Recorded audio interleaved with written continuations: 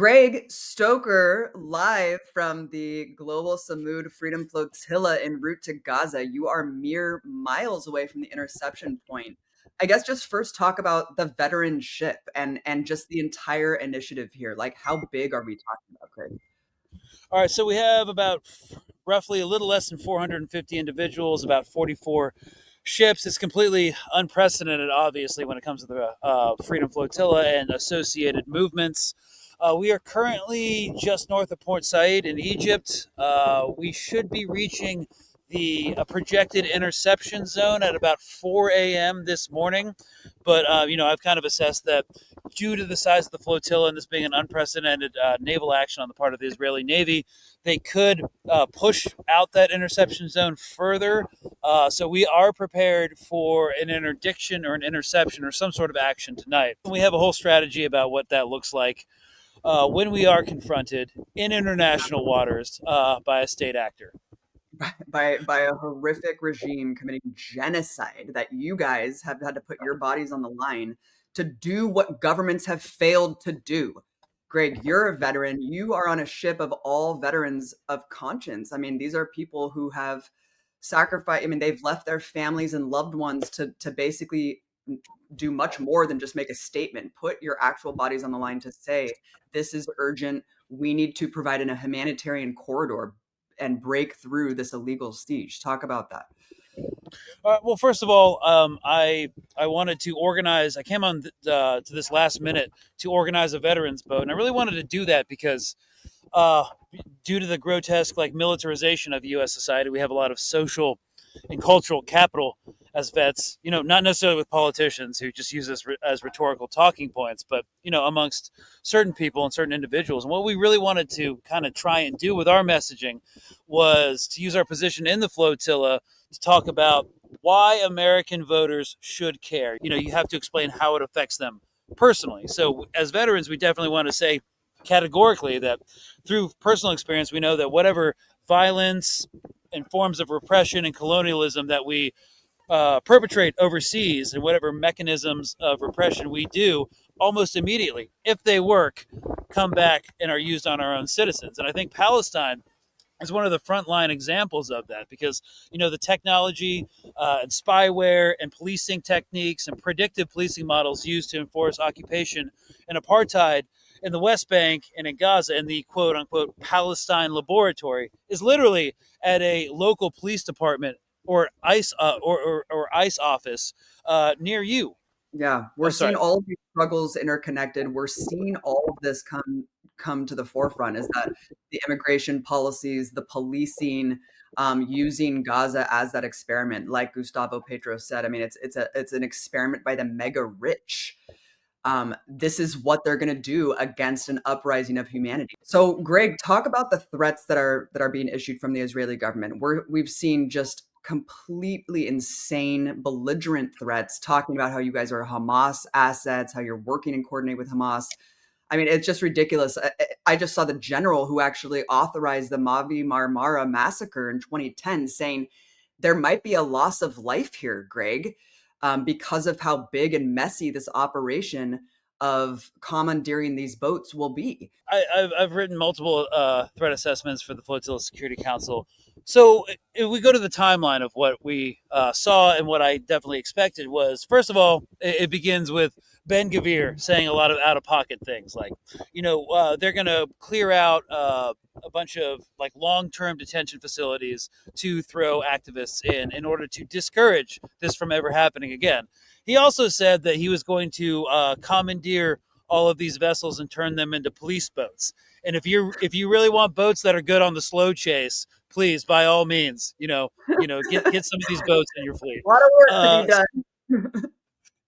Yeah, I mean, we don't even have bow thrusters, so we can't even dock without assistance. So if they want to use this for their police vessels, please go ahead. And they put out an open source intelligence report saying that this flotilla was trying to whitewash a terrorist organization through a humanitarian lens or a humanitarian effort. Of course, I have a background in military intelligence. I went through the entire report, It was absolutely absurd. I traced the entire bibliography. It was mostly just X posts that they didn't like in support of resistance operations with people associated with the flotilla. It was a Mhm. comms war.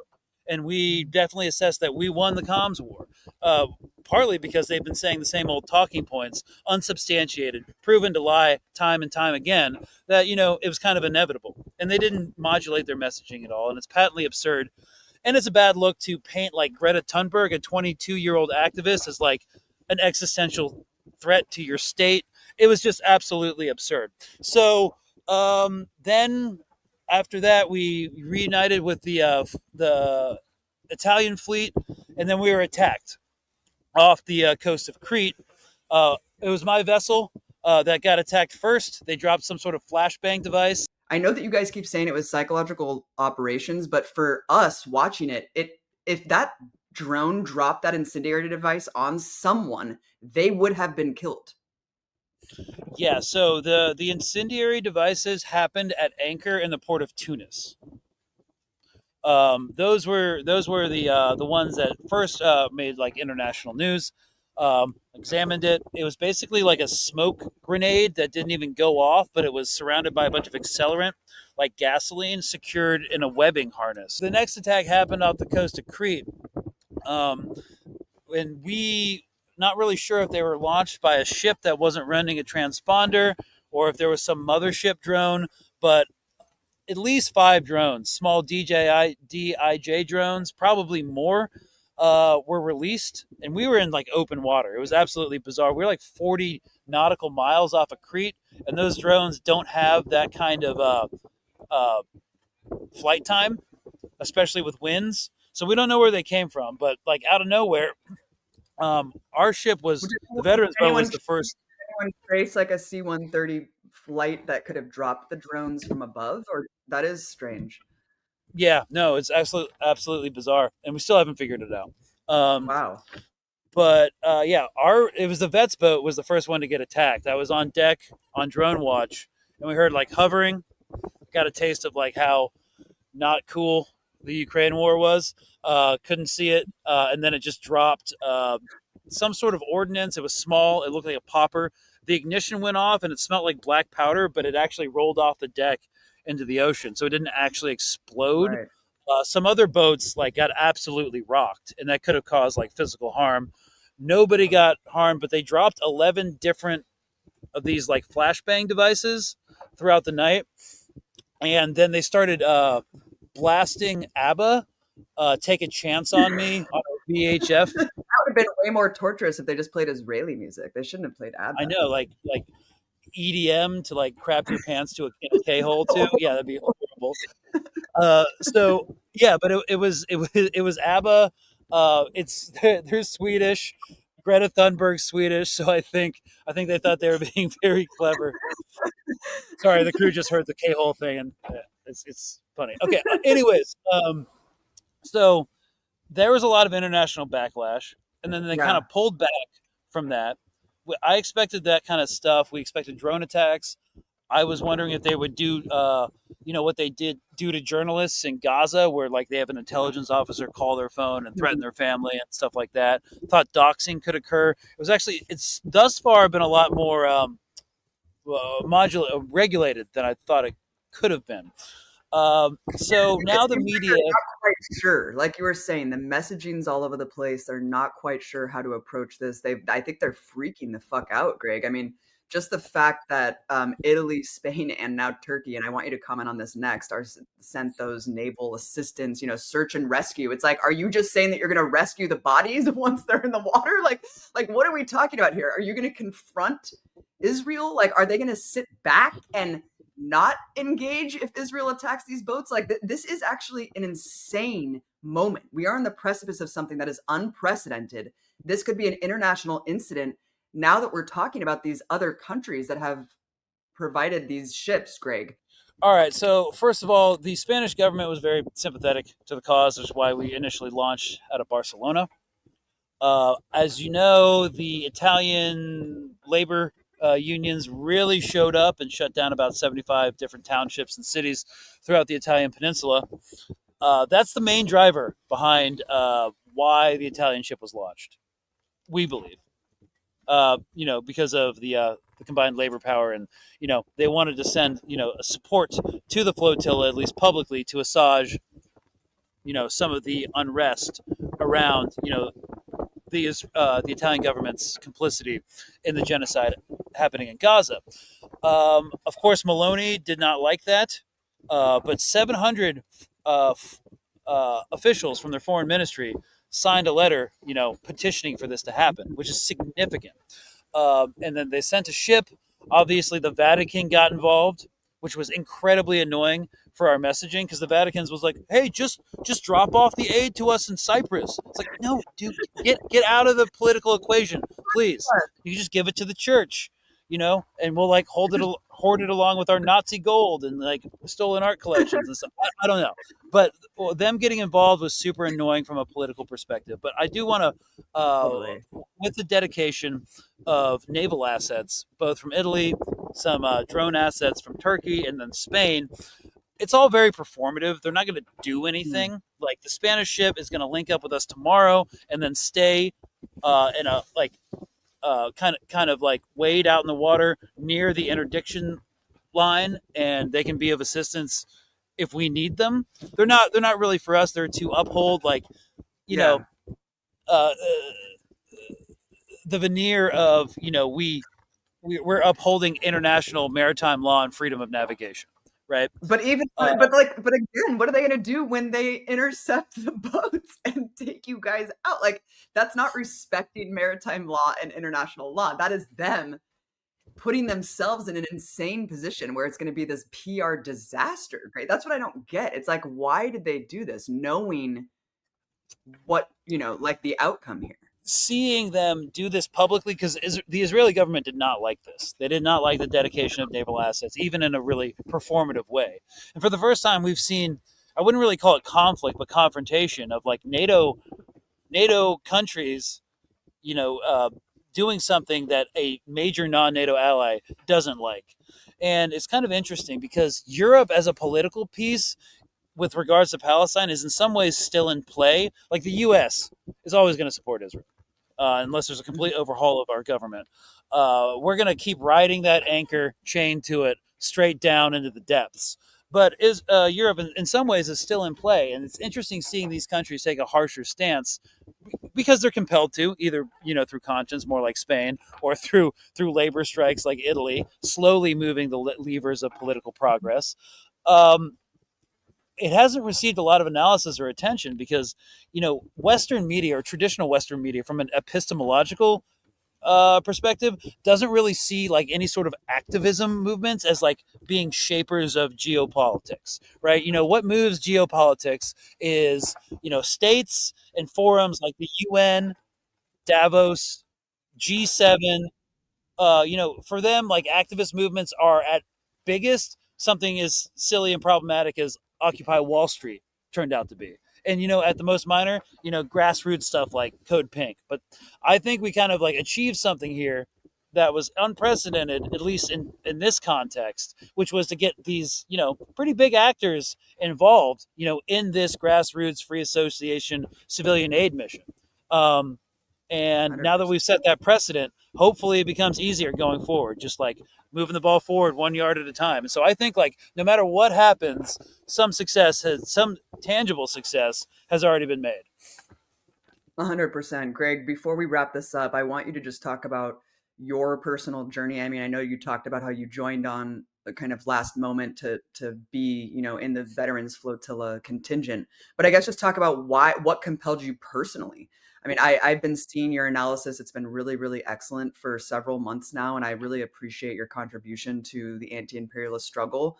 I saw you just put a video out today talking about how this is a transnationalist war on the working class. This transcends borders. This is existential, essentially, if we're looking at what's going on in Gaza, and then you couple that with the environmental crises that we're up against. So talk about who you are, why you're doing this, and just comment on that analysis. Yeah, well, my name's Greg. I'm a former U.S. Army Ranger. I did 4 combat deployments and Joint Special Operations Command to Afghanistan. And now I took a complete 180. It was a 10-year political journey to get from there to where I am now as an activist and very polemical anti-imperialist journalist and commentator. I was part of this flotilla because I really thought it was important. The timing was perfect, and I think mobilizing veterans, like I draw a lot of inspiration from the Vietnam backlash, which was an intersectional movement between anti-war veterans, civil rights leaders, trade unions, environmentalists. They were way more hardcore than we are now in terms of like civil disobedience and unrest, and it was a way larger movement, and it still took 10 years to end what was a stupid imperial war that killed millions of people in like 5 different countries. Um, and I just have this sense that imperialism is bad for people in the imperial core. Like we don't benefit from it, only like the 0.1% does. And I really accept the premise that fascism is imperialism turned in on itself. The next forever war, we don't have the power projection to do it in Iran or even Venezuela or whatever is next on the target deck. Certainly not over the Strait of Taiwan. So it's going to be waged here, amongst our own citizens. We're seeing that with the deploying and the weaponization of the National Guard, the politicizing of the military, and it's not so like I'm not leaving America. This is somewhere I am going to live, and I'm going to have to be here, and we all have our role in the struggle. And mine is just based on who I am. It's from the front, and it always has been. And I would like to just, if I get my internet working again, um, just to kind of point out something Pete Hex has said to the generals about like no longer have he gathered them all in Quantico today, and he said, quote, we no longer will have rules of engagement. And now what does that mean? Because now we're waging a war on our own people. So this is a very like crucial time to get involved in this kind of stuff, and I just felt like my presence was most required on this flotilla, not just from a leadership perspective, but because like use us as like political leverage to pressure your representatives and pressure the politicians and the state apparatus.